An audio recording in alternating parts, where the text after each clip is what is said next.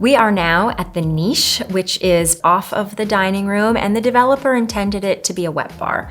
Well, you don't need a wet bar if you have a wine pantry.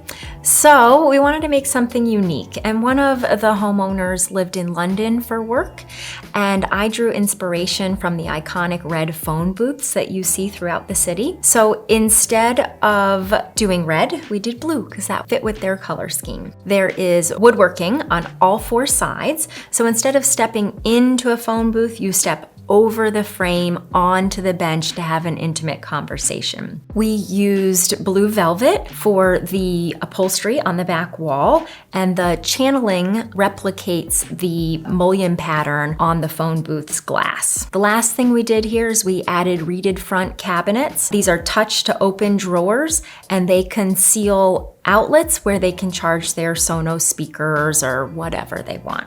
So this space functions, but